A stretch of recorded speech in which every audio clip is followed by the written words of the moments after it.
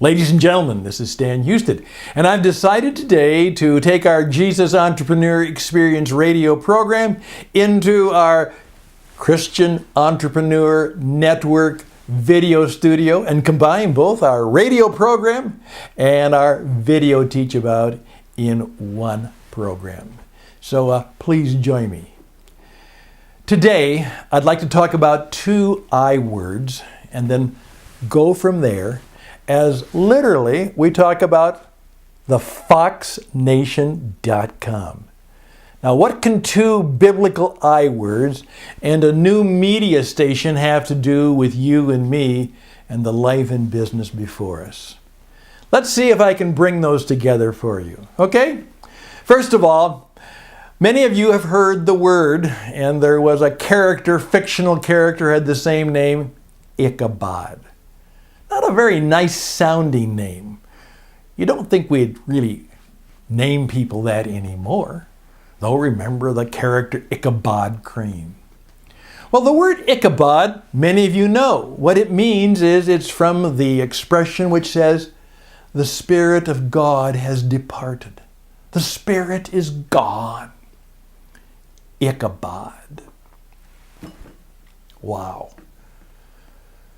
One friend of mine was describing a place where he was now working that had changed leadership, and he just simply said, Stan, it feels like Ichabod around here. Feels like Ichabod around here. Another word, a good word, a great word. I oftentimes say it's one of the most important words for those of us who are in the business of building a business. Particularly those of us who want our business to, as we say, matter, make a difference, something that makes Jesus smile, a Christian entrepreneur, starship enterprise. The word is Issachar. And it goes back to the story in which King David, certainly an entrepreneur, certainly quite a character, obviously a soldier, great soldier, a great sinner, yes he was, and a great lover of God. What an interesting combination. A soldier who had killed thousands, a sinner who unfortunately committed many, many grievous sins, and a great lover of God. King David, it was said when he was doing his deal, doing his work, had with him a group of men and women, and it was said that the men and women, the tribe of Issachar.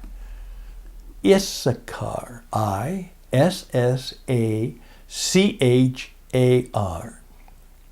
And in my many years of working as a business performance coach, I oftentimes used this story and said, you need to have an Issachar factor in your business. Where is your Issachar person? Where is that way of doing business that you can have Issachar? And here's what it said. The men and women of Issachar understood the times and knew what to do. They understood the times and knew what to do. What a wonderful gift to be able to have.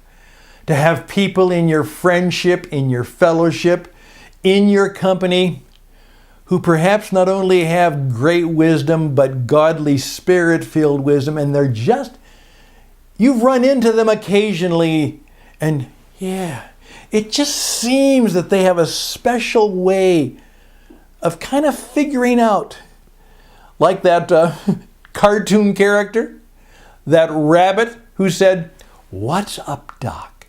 They could figure out what's going on.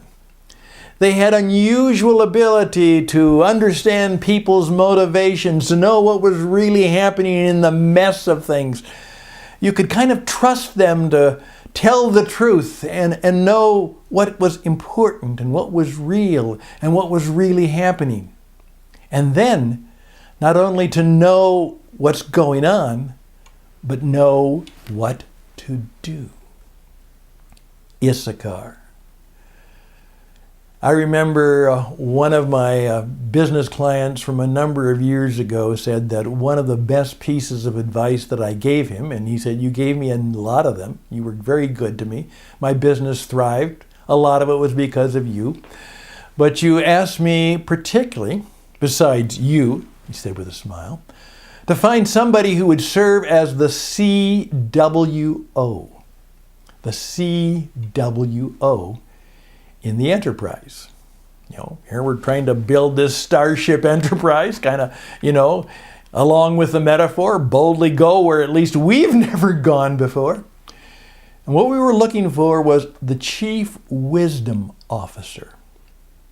Somebody, perhaps even in the colleagues we presently have, but if we don't feel that's available there, is there an outside group of connected people, committed people, people who know what we're about and they care about us and want the best for us? And from time to time, we can call on them and tell them our story, our situation, and kind of know that they will come at it with some wisdom and insight and perhaps some truth and some strength and some solutions for us. A wisdom officer.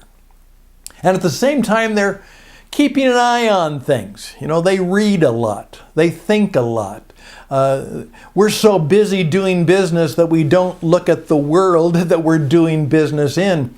And these people seemingly have the ability to know where to go and what to read and how to look for things. And from time to time, as one man said, and he did this, every Friday was Future Day, and everybody took an hour every Friday, and we came together, and it was the wisdom hour.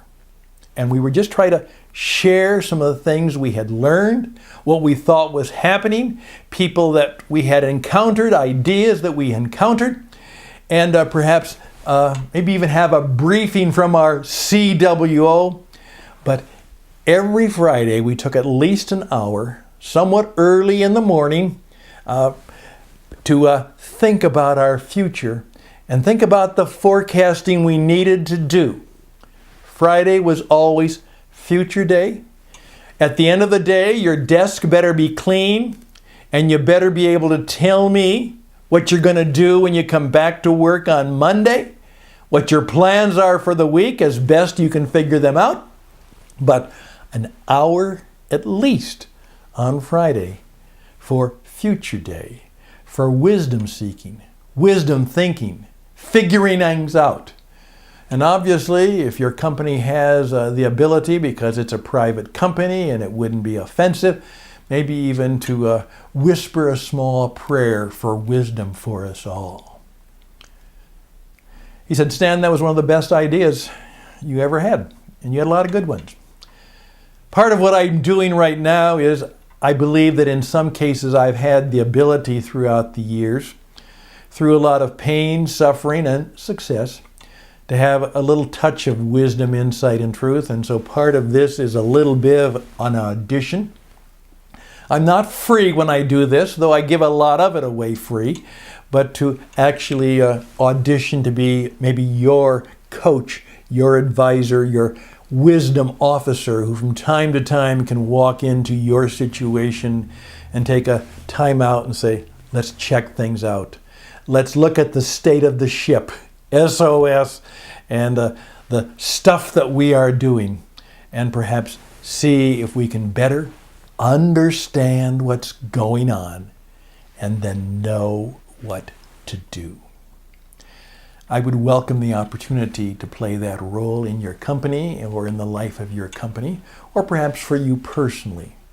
I believe that I can help you.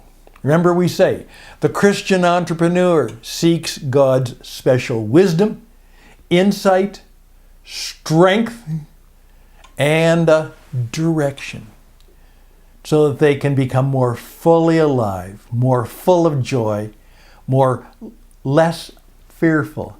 Like that, less fearful. and be able to build a business that matters and one that makes a difference, one that brings well-being to their church, their community, their family, and actually is a moment of glory in the kingdom of God. Your moment of glory.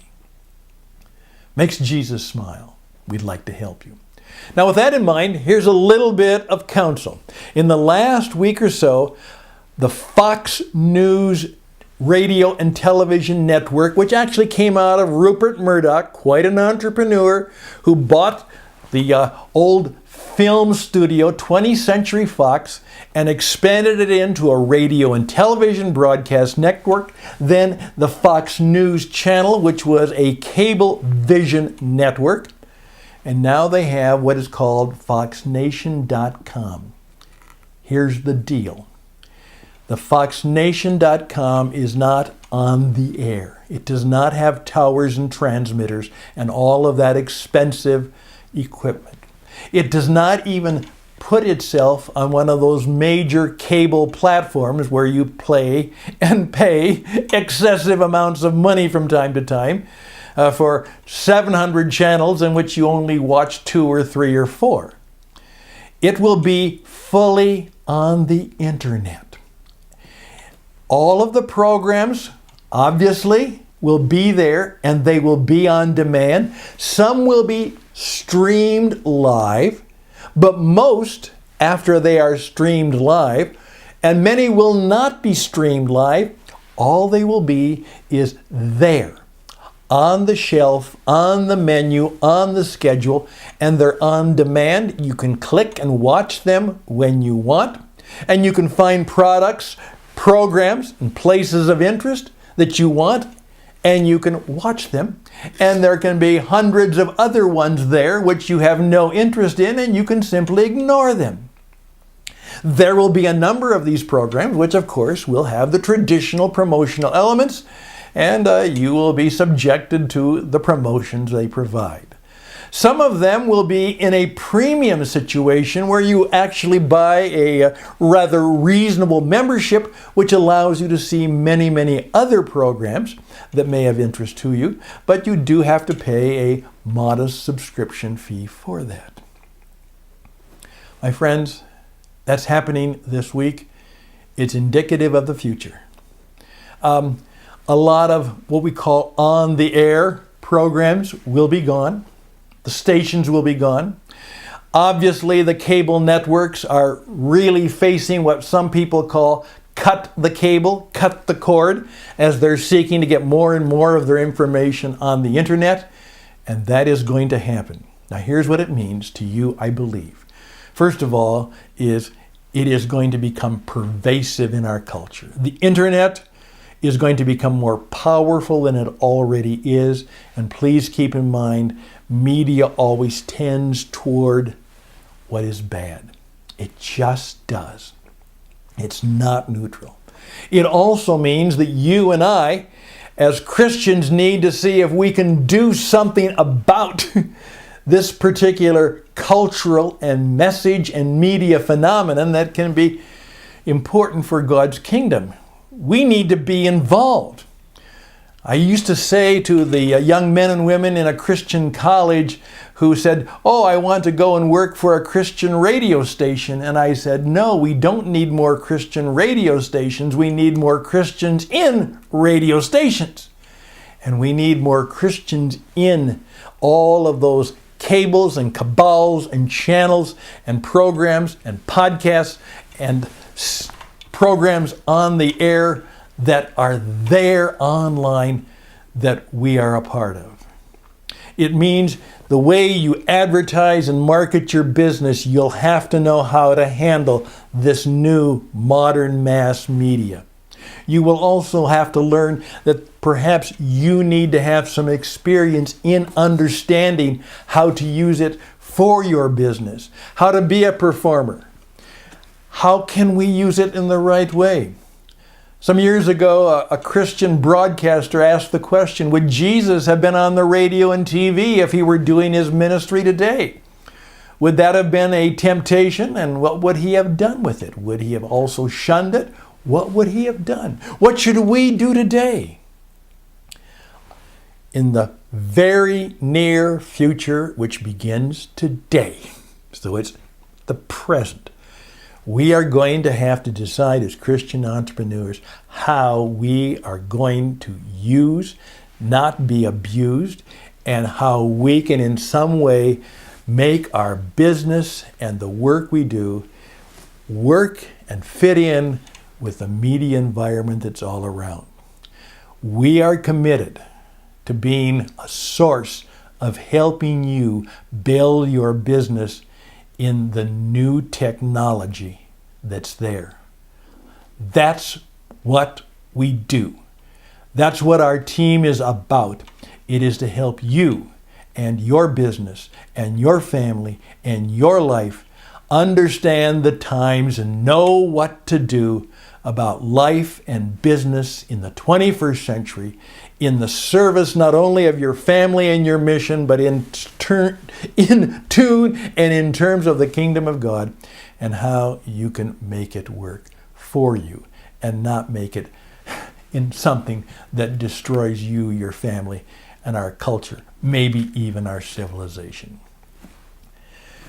Can we help you? Again, my name is Stan Hustad. I've got long experience in business performance coaching. Been in this media stuff for a long time. I believe God has given me a little bit of special wisdom, and we'd like to see if we could help you. Again, you can reach me at stanhustad@gmail.com, stanhustad@gmail.com. Please go to our internet home, tcenglobal.org, tcenglobal.org. And check us out, look us up, and get in touch with us.